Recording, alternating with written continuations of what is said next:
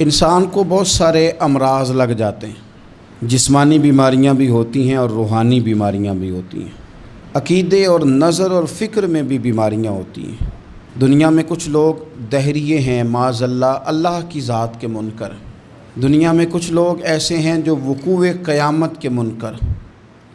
دنیا میں معاذ اللہ کچھ لوگ ایسے ہیں جو عذاب قبر کے انکاری۔ دنیا کے اندر آپ کو وہ لوگ بھی ملیں گے جو کہتے ہیں دنیا خود بخود وجود میں آ گئی۔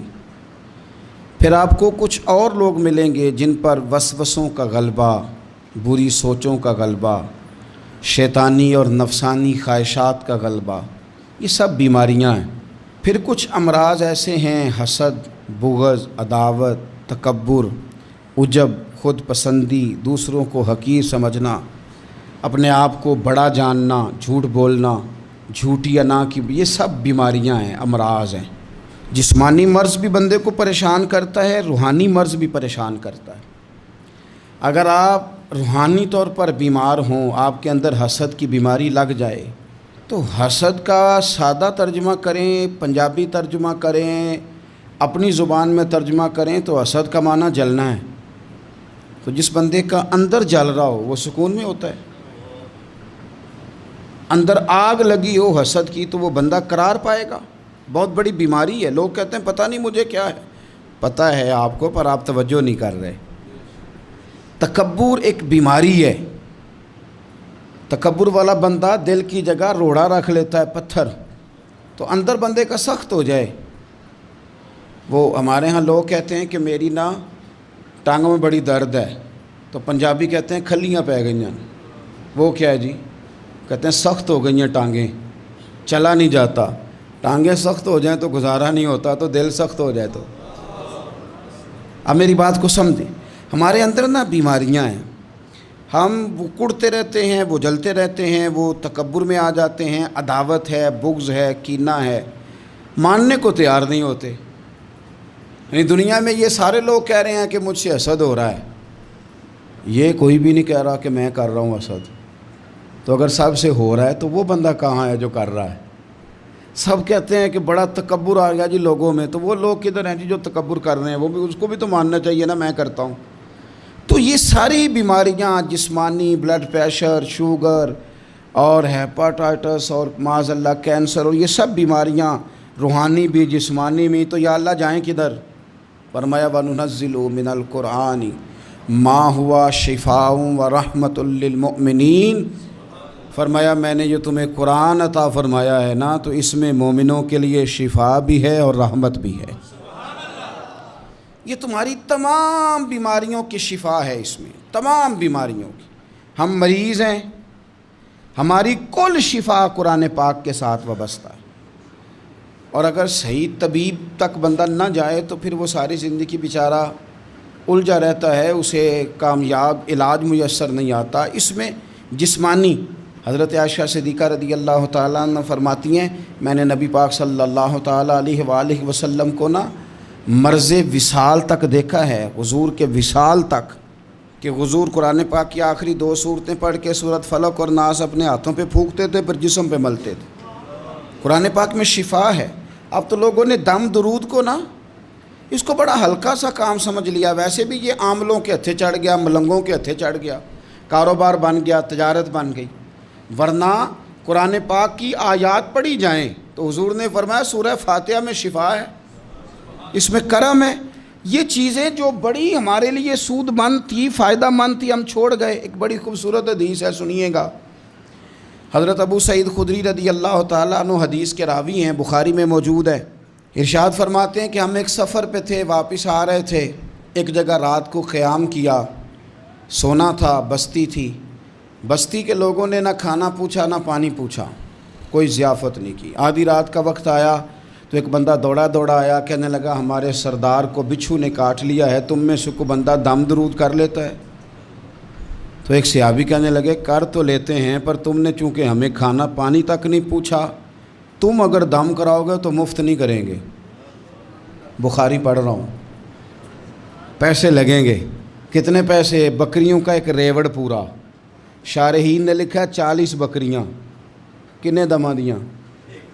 او بھائی اس سے کوئی بندہ جواز نہ لے کہ پیسے لینے جائز ہیں، اس سے جواز نہ حاصل کرے۔ آپ بات کو سمجھیں، پس منظر کیا ہے؟ پانی تک نہیں تم نے پوچھا۔ کچھ لوگوں کا علاج ہوتا ہے، انہوں نے کہا پیسے لیں گے دم کر دیں گے۔ صحابی نے کہا، حضرت ابو سعید خدری رضی اللہ تعالیٰ عنہ فرماتے ہیں وہ چونکہ تنگ تھے، بچھو کاٹ گیا اور سردار کو کہا چل تو صحیح نا۔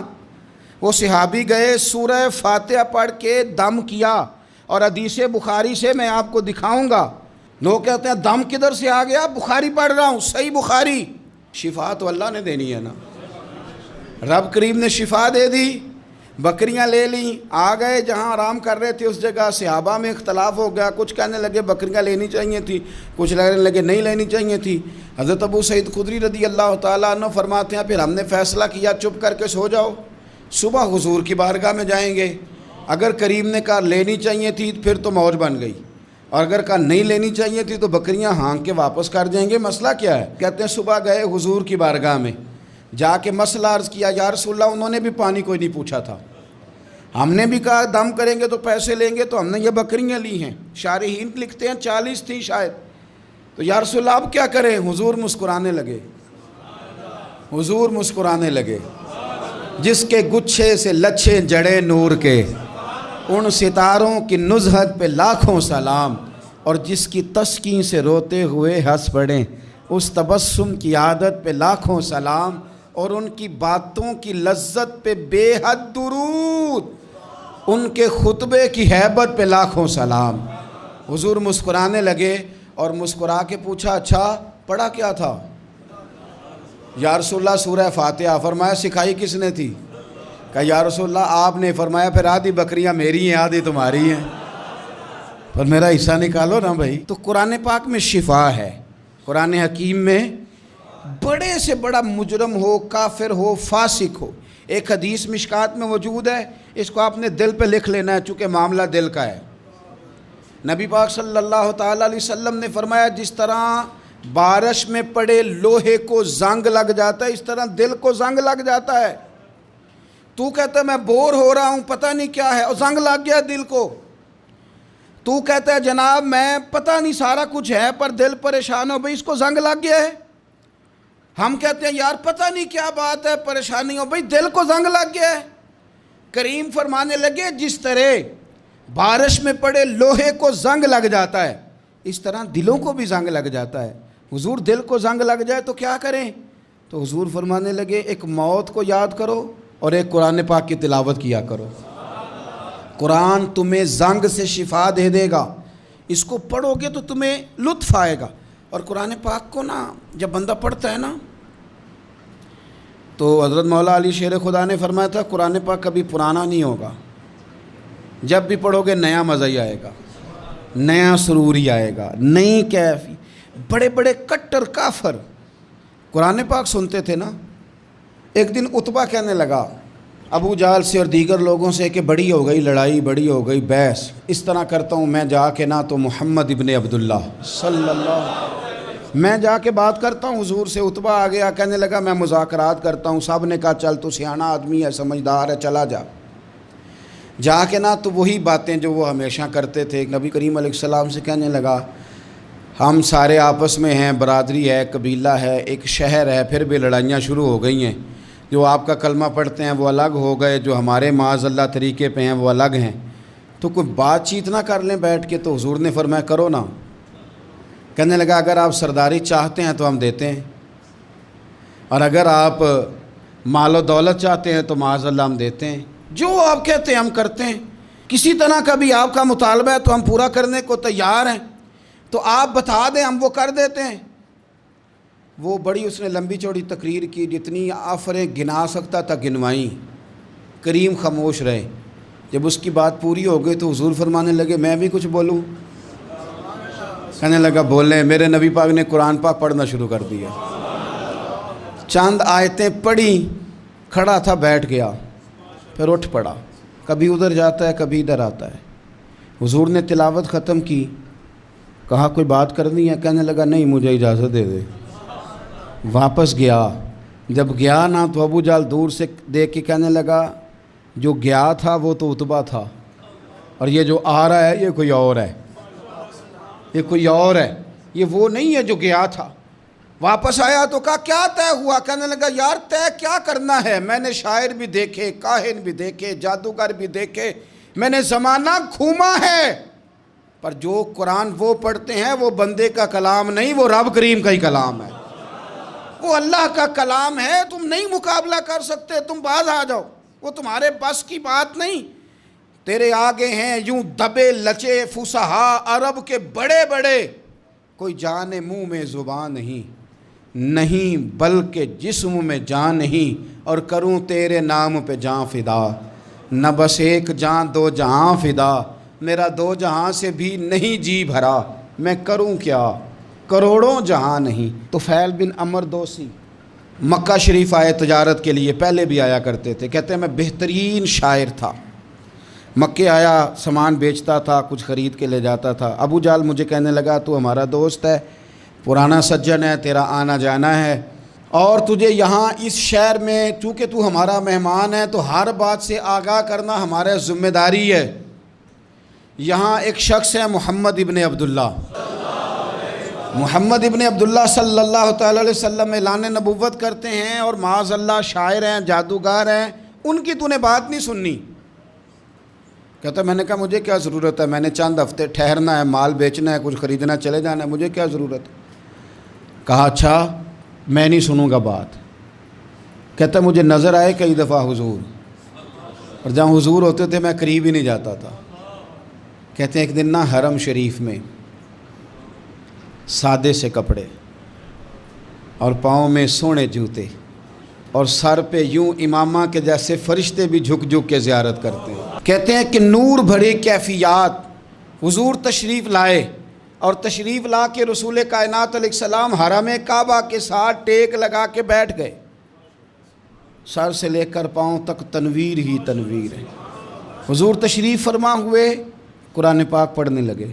میں جب حضور کے قریب سے گزرتا تھا تو کانوں میں روئی دے کے گزرتا تھا، پر طفیل کہتے ہیں آج نا تھوڑی سی آواز میرے کانوں میں گئی، قرآن پڑھا محبوب نے۔ اور ویسے بھی کیا کمال ہوگا جب یاسین والے نبی خود یاسین پڑھتے ہوں، جب طٰہٰ والے نبی اپنی زبان سے طٰہٰ کی تلاوت کرتے، وَالضُّحَىٰ وَاللَّيْلِ اِذَا سَجَىٰ جن کے بارے میں آیا جب وہ تلاوت کرتے ہوں، الم نشرح لک صدرک جن کے سینے کی تعریف اللہ نے کی، جب وہ ان آیتوں کی تلاوت کرتے ہوں گے تو کیا شان ہوگی۔ جن کو رب کہے وَلَسَوْفَ يُؤْتِيكَ رَبُّكَ فَتَرْضَىٰ حبیب تجھے اتنا دوں گا کہ تو راضی ہو جائے گا، تو جب حضور خود یہ آیتیں پڑھتے ہوں گے تو انداز کیا ہوتا ہوگا۔ کہتے ہیں وہ تھوڑی آیتیں سنی پر قربان جائیں میرا تو کوئی دل ہی بدل گیا۔ میں بڑا بہترین شاعر تھا، لفظوں کے تراشے مجھے خوب آتے تھے، الفاظ کے بام و در سے میں آگاہ تھا، اچھا ادب میں جانتا تھا، پر میں نے کہا یہ کلام، یہ انداز، لو انزلنا هذا القرآن على جبل لرأيته خاشعا متصدعا من خشیۃ اللہ، یہ انداز پتھروں پہاڑوں پہ جائے تو وہ ریزہ ریزہ ہو جائیں۔ کہتے ہیں تھوڑا سا پڑا قریب نے، اور پھر نظریں جھکائے ہوئے حضور اپنے گھر گئے، سرکار چلے تو میں پیچھے پیچھے، حضور گھر میں چلے گئے تو میں نے دروازے پہ دستک دی، باہر آئے، سلام لی، میں نے کہا محبوبہ وہ جو آپ پڑھ رہے تھے تھوڑا اور نہیں سنا دیتے، تھوڑا اور نہیں تلاوت کر دیتے؟ کہتے ہیں رسول پاک نے نا پھر قرآن پڑھنا شروع کیا، میں کبھی بیٹھتا تھا کبھی اٹھتا تھا، جب حضور نے تلاوت مکمل کی تو میں نے آگے بڑھ کے ید اللہ والا ہاتھ تھاما اور دست مبارک پکڑ کے کہا سونیا، یہ مجھے کہتے تھے نہ سننا، میں نے زمانہ دیکھا ہے، میں کوئی عام آدمی نہیں، میں سردار ہوں، میں نے دنیا دیکھی ہے، مجھے قسم ہے جو آپ کی زبان سے نکل رہا ہے وہ بشر کا کلام نہیں، آپ مجھے کلمہ پڑھائیں، میں مسلمان ہونا چاہتا ہوں۔ بڑے بڑے کفل ٹوٹے۔ حضرت عمر بھی آئے تو آئے قرآن کی تاثیر کی برکت سے۔ حضرت صدیق اکبر نا اپنے گھر کے سین میں بیٹھ کے قرآن پاک پڑھتے تھے تو رویا کرتے تھے، روتے تھے۔ مکے کے کچھ سردار کٹھے ہو کے نبی کریم کی بارگاہ میں گئے، کہنے لگے ایک تو صدیق اکبر کو منع کریں کہ قرآن اونچا نہ پڑھا کریں، اور اگر اونچا پڑھنا ہے تو پھر ان سے کہیں پڑھ کے رویا نہ کرے۔ حضور نے فرمایا اپنے گھر میں بیٹھ کے پڑھتا ہے، روتا ہے، تمہیں کیا ہے؟ یا رسول اللہ یہ ابو بکر صدیق جب قرآن پاک کی تلاوت کر کے روتے ہیں نا تو ہماری بچیاں بھی رونے لگتی ہیں۔ ہماری عورتیں گھر کا کام کاج چھوڑ کے تو صدیق اکبر کے دروازے پہ کھڑی ہو کے روتی رہتی. حضور ان سے کہیں یہ قرآن سے جو شغف ہے ان کا، کہاں گئے مسلمان جو قرآن پڑھنے والے تھے، کدھر گئے؟ سارا کچھ ہی ہمارا موبائل لے گیا. میں کس طرح یہ بات بیان کروں کہ کچھ لوگوں نے رمضان میں بھی قرآن پاک ایک بھی ختم نہیں کیا، رمضان شریف میں بھی ایک قرآن پاک کی توفیق نہیں ہوئی. لے گیا سارا کچھ، ہماری خوش گپیاں. کمال ہو گئی، ہم نے سوچا ہی نہیں، فکر ہی نہیں کی. سنگیو واپس آؤ، قرآن پاک سے پیار کرو، قرآن پاک سے محبت کرو، قرآن کی تعلیم حاصل کرو. لوگ کہتے ہیں میں بوڑھا ہو گیا ہوں، زبان موٹی ہو گئی ہے، قرآن کیسے سیکھوں؟ 38.5 سال کی عمر میں کلمہ پڑھا حضرت صدیق اکبر نے. کچھ صحابہ ان سے بھی عمر میں زیادہ تھے، تو بڑی عمر میں دین سیکھا کہ چھوٹی عمر میں سیکھا؟ ہمیں کیا ہو گیا ہے؟ قرآن پاک کی طرف توجہ کرو. میرے نبی پاک علیہ السلام نے فرمایا اس قرآن کی برکت سے اللہ قوموں کو عروج عطا کرے گا، اس کی برکت سے ہی قوموں کو زوال ہوگا. حضرت عائشہ صدیقہ کہتی ہیں حضور رات کو نماز کی نیت باندھتے تھے تو ایک ہی آیت پڑھتے تھے، ساری رات ایک ہی آیت پڑھتے رہتے تھے، روتے رہتے تھے. اور جب حضور روتے تھے تو جس طرح ہنڈیا ابلے تو آواز آتی ہے، اس طرح حضور کے سینے سے آواز آتی تھی. جبیر بن مطعم کہتے ہیں میں بدر کے قیدیوں کے بارے میں بات کرنے آیا حضور سے، تو نبی پاک مغرب کی جماعت کرا رہے تھے. جب میں مدینے پہنچا تو مسجد نبوی کے باہر کھڑے ہو کے میں نے حضور کی تلاوت سنی. فرماتے ہیں بس میں تو بات کرنے آیا تھا نا، تو وہ آیتیں سنی تو مجھے یوں لگا مجھ پہ بجلیاں گر رہی. کون ہے جو میرے دل کے کفر اور کفل دھو رہا ہے؟ بس قرآن سنتا گیا اور رب مجھے ایمان کی توفیق عطا فرماتا گیا. میں نے کلمہ پڑھ لیا، مسلمان. قرآن ہی ہمارے ہر مسئلے کا حل ہے. میں کیا کروں؟ قرآن پڑھتے ہیں ہمارے ہاں، پر قبروں پہ پڑھا جاتا ہے، پر ختموں پہ. کیا قرآن پاک کا یہ حق نہیں تھا کہ وہ شادی والے دن بھی پڑھا جاتا؟ کیا قرآن پاک کا یہ حق نہیں تھا کہ وہ اسمبلی میں بھی پڑھا جاتا؟ قرآن پاک نہ شکایت کر رہا ہے، شکایت کرتا ہے کہ ان لوگوں نے نا مجھے ختموں پہ پڑھا ہے، اسمبلی میں نہیں پڑھا. وزیر اعظم کے خطاب سے پہلے تلاوت ہوتی ہے تو یہ تلاوت کے بعد یہ اعلان کیوں نہیں کرتے کہ ہم کریں گے وہ جو قرآن کہے گا؟ صدر کے خطاب سے پہلے تلاوت کراتے ہو تو یہ کیوں نہیں کہتے کہ اب ہوگا وہ جو قرآن کہہ رہا ہے؟ اسمبلی کا اجلاس تلاوت قرآن پاک سے شروع کرتے ہو تو یہ بھی تو کہو نا قرآن کے مطابق فیصلے ہوں گے. عدالتوں میں قسمیں اٹھانے کے لیے قرآن رہ گیا ہے، اس پہ ہاتھ رکھ کے کہو جو کہوں گا سچ کہوں گا. آج کے بعد وکیل بھی ہاتھ رکھے نا قرآن پاک پہ، جج بھی ہاتھ رکھے قرآن پاک پہ، گواہ بھی رکھے، ملزم بھی رکھے، اور مدعی بھی بتائے کہ اس نے پرچہ صحیح درج کرایا ہے، اس نے صحیح درج کرایا ہے، نام صحیح لکھوائے ہیں، اور یہ سارے بتائیں جج سے لے کر ملزم تک کہ ہم فیصلہ وہ کریں گے جو قرآن پاک نے ہمیں کہا ہے. صرف قسموں کے لیے رہیں گے. 2 صورتیں پڑھنی نہیں آتی اور تم بیچ میں قرآن پاک کو لا کے قسمیں اٹھاتے ہو. وہ تاجر جو دکان شروع کرنے سے پہلے تلاوت کراتا ہے کس لیے کراتا ہے؟ کہ میں تجارت قرآن پاک کے مطابق کراؤں گا، اس لیے کراتا ہے. وہ تو کہتا ہے ذرا دکان صحیح چلے، ذرا برکت آ جائے. برکت نری تلاوت کرانے سے نہیں آئے گی، قرآن کے مطابق تجارت کر پھر زیادہ برکت آئے گی. قرآن کے مطابق قرآن کے علم کو عام کیا جائے، قرآن کے نور کو عام کیا جائے، قرآن پاک کے ادارے مضبوط کیے جائیں.